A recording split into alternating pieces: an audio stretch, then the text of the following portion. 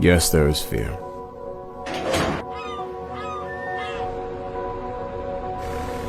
Yes, there is isolation. Yes, there is panic buying.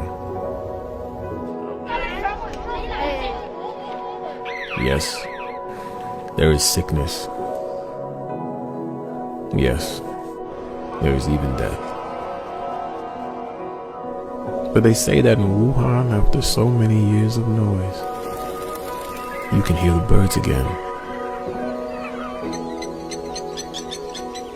They say that a hotel in the west of Ireland is offering free meals and delivery to the housebound. You're so welcome. All over the world, people are waking up to a new reality.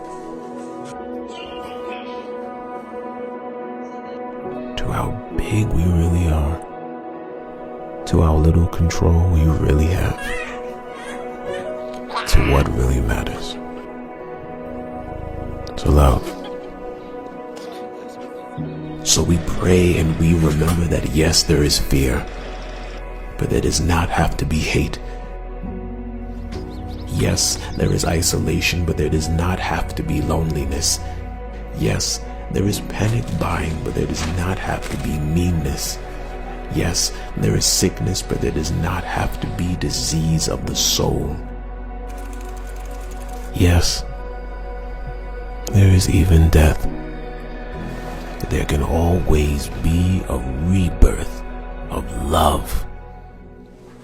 Wake to the choices you make as to how to live now.